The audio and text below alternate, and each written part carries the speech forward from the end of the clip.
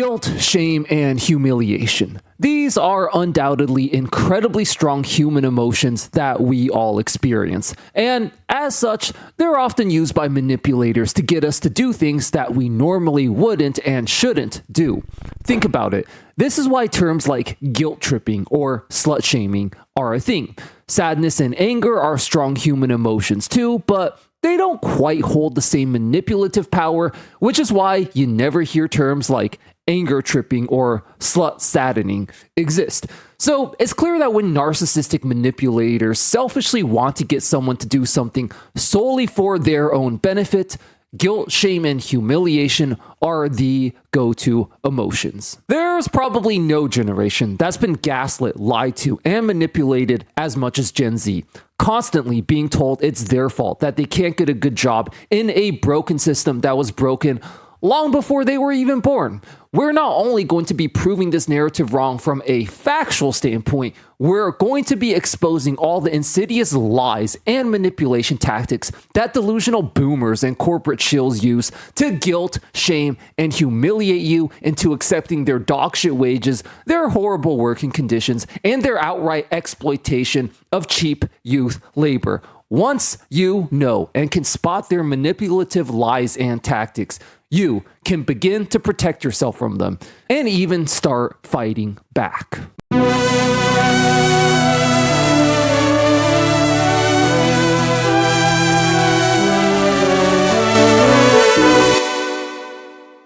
Manipulative lie number 1: low-skilled work.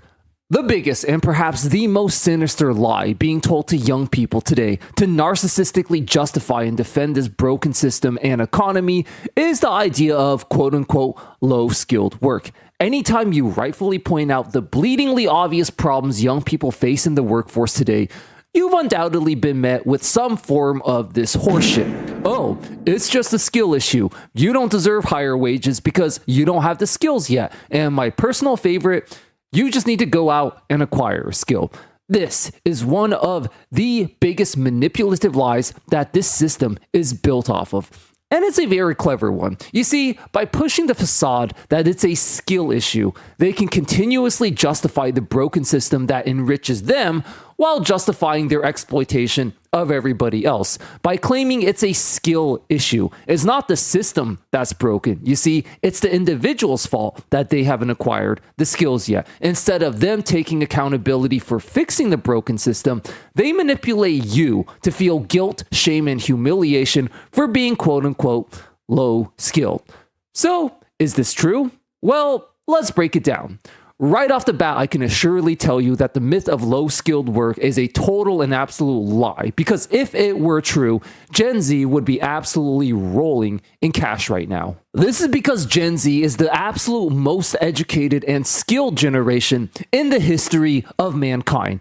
Statistically speaking, they have far lower high school dropout rates, higher cognitive abilities, and higher intelligence than previous generations. This is because the hyper-competitive economy has forced them to become highly educated, and they've grown up in the information age where they have unlimited information to learn just about anything they want over the internet. Ironically, the issue isn't that they're not skilled enough, it's actually that they're all too skilled and intelligent to a point where being highly skilled doesn't even matter anymore in this job market and this economy, because literally everybody's high skilled at this point. We have an oversaturation and an inflation of skill and not a lack of it. I spent most of my 20s traveling abroad in Europe, and one very useful travel hack every American will learn very quickly is this: if you find yourself lost somewhere and you need to ask for help or directions, talk to a younger person and not an older one, because the younger ones almost all speak perfect English. In fact, just about every young European Zoomer I've met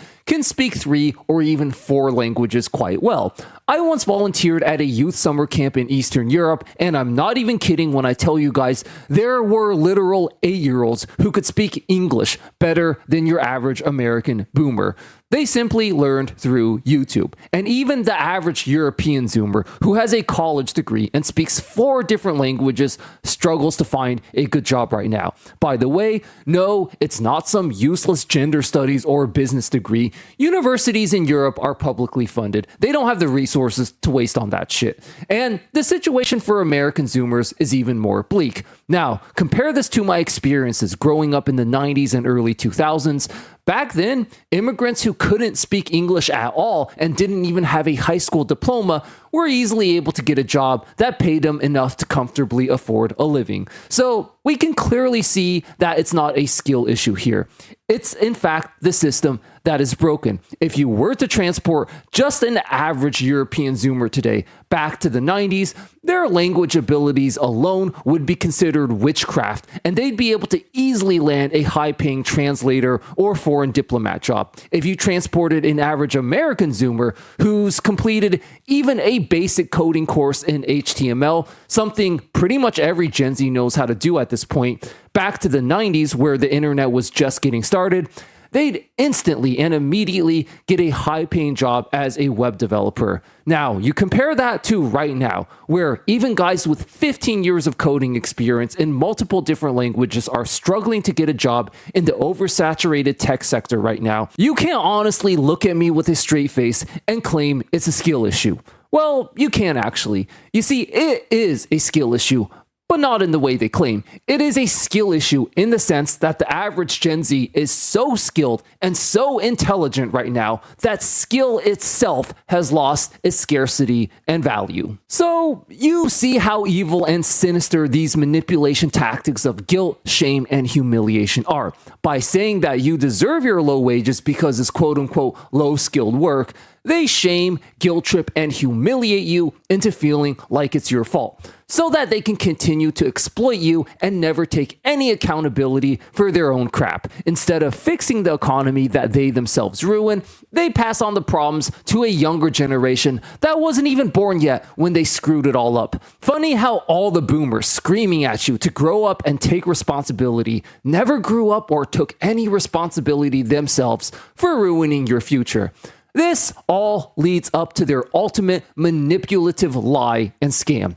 You just need to acquire a skill to get a better wage. What they conveniently leave out in that sentence is that that'll only cost you about $50,000 of student loan debt to acquire that skill.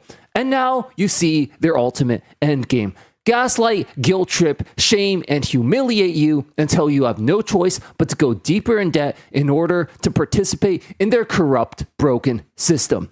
And now, with all this debt hanging over your head, they've successfully enslaved you forever. You have to do exactly as they say. Otherwise, they can garnish your wages, repossess your car and house, and permanently freeze your assets. If this isn't modern day slavery, somebody tell me what the hell is.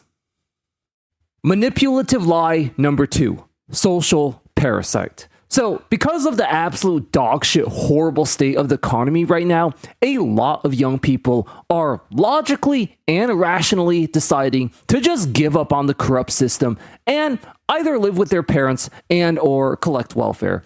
And this is where the status quo establishment starts revving up their shameless, narcissistic, guilt-tripping humiliation tactics to try once again to shame and humiliate you into going back to being exploited by their broken, corrupt system again. Let's start with the label social welfare parasite. This is a term they love to call young people who have rightfully seen through and given up on their exploitative system. Oh, you're a burden to your parents. You're a burden to society. You're a social parasite. You've undoubtedly heard this before if you find yourself in this position, and there is an incredible, hilarious irony to this label. You're going to laugh so hard once you hear about this. You see, the same people who call you a social parasite for not wanting to work will also call you a communist. I've been personally accused of being a communist on this channel more times than I can count, which did actually lead me to do actual historical research on how actual communist countries and economies function. And this is where I discovered something very, very interesting and ironic, to say the least. You see, people in communist countries were forced to work government-assigned jobs through the government-planned economy. And if you didn't want to work, it was actually a punishable criminal offense. And guess what the legal name of that actual criminal offense was called in actual communist countries? Social parasitism. That's right. I legit laughed out loud so hard when I found this out because the irony was just unbearably hilarious. The same people who call you a communist for not wanting to work are the same people who will literally call you a social parasite and a burden to society, which was literal communist terminology and law practiced in actual communist countries. They actually have the nerve to call you a communist while they use actual communist terminology and law practice in actual communist countries. It's just like how the biggest homophobes all end up being secretly gay themselves. The ones who hardcore nonstop accuse you of being a communist are secretly just projecting their own inner communist desires. Let's just call them closet communists. Communism aside, however, let's expose why the shaming label of social parasite is not only factually and morally wrong, it is just another manipulative, guilt-tripping humiliation tactic at the end of the day. Let's first break down this guilt-shaming tactic I'm sure you've heard by now. You're a burden to your parents. You're a burden to society. A subscriber of mine, Scott Summers Reloaded, had the absolute perfect response to this. I'll let him take it away. It's not your fault that you are a burden to your parents. That's a burden they signed up for and requested that they didn't have to. You didn't consent to being born. You didn't ask to be born or request them or this world. They could have and should have used one or multiple of the many forms of birth control and or aborted if it failed. Telling you you are a burden on your parents is narcissistic gaslighting and blame shifting. They are trying to narcissistically scapegoat you for their dumbass decision to have kids they knew they couldn't afford and didn't have shit for before they even had them. This was 100% all facts, and it made me realize I was even approaching this subject from the wrong standpoint myself. When I first encountered this manipulative guilt-tripping tactic myself, I try to argue that jobs now pay such dogshit wages that you're going to be a burden to your parents even if you do work. But I realize now, even though that's true, I'm still giving these manipulative, guilt-tripping narcissists way too much power. Because it is not your fault in the first place that you're a burden to your parents, who clearly signed up and requested this burden that nobody asked them or forced them to do. And the same thing goes for society. Society did, in fact, ask you to be born. Consider that every developed country now is begging its citizens to have more kids so that they can keep exploiting them for cheap labor when they grow up too. This is the literal definition of asking you to be born. They signed up for and requested this burden before you were even born, so they have absolutely no right to complain that you're a burden now. But once again, it's just more guilt-tripping, blame-shifting, manipulation tactics rather than taking any accountability and fixing the economy that they themselves ruin. They'd rather pass the guilt onto younger generations for being a burden that they themselves asked for and signed up for. So this is the moral argument for why this social parasite label is wrong, but there's also an economic argument as to why it's wrong as well. You see, everyone is actually a burden to society. Human civilization has existed for over 10,000 years now, and the society we live in today was built on the backs of thousands of years of exploitative slave labor, which built the infrastructure that supports our comparatively comfortable modern lifestyles. Millions of workers toiled over the course of thousands of years to build the society that they themselves don't even get to enjoy. So if you think that you can possibly pay back and not be a burden to all the millions of slave workers that came before you to build the society, just because what? You sit at a desk typing numbers into an Excel spreadsheet for 40 hours a week, you are beyond narcissistic, delusional, and arrogant. And it's the same with the people who say, just pull yourself up by the bootstraps. Thinking that you did everything by yourself is literally thinking that the world was in the Stone Age when you were born and you didn't benefit at all from all the backbreaking labors of billions of people who came before you. There's nothing more delusional, arrogant, and narcissistic than that. So we are all a burden to society. And guess what? That's okay, because as I previously mentioned, this is a burden that society asked for. They didn't have to, no one forced them to have kids, to have you or me, but they willingly chose to go on their own accord and have kids. So it doesn't make any logical sense to guilt trip you as being a burden to society. Once again, it is just another manipulative, guilt tripping, humiliation, shaming tactic. But the biggest problem with the social parasite guilt trip logic is this. It operates on a very simple-minded binary 0 and 1 system. I mean, it's like either you work or you don't. Either you pay taxes or you don't. Either you're a social parasite or you're not. But the reality is much more complicated than that. I recently had a bit of an epiphany that I'm not really anti-work, so to speak. I just view work as any other activity. It is no different than art, music, or basketball. I don't want to work myself, and I don't think we should all be forced to work. But if you want to work, I have nothing against that at all, and I promise I will not try to stop you. Shaming someone as being a burden to society for not working or not having a good job is as ridiculous as shaming someone for being a burden to society for not being a famous rapper or NBA player. Let's take, for instance, your average boomer who shames you for not wanting to work. He's probably some crusty old guy making around $70,000 per year working at an office desk job, which means he probably pays somewhere around $30,000 per year in taxes. LeBron James, on the other hand, makes $50 million a year from his NBA contract alone, and when you factor in that he lives in the most heavily taxed state of California, probably at least half his salary goes to taxes.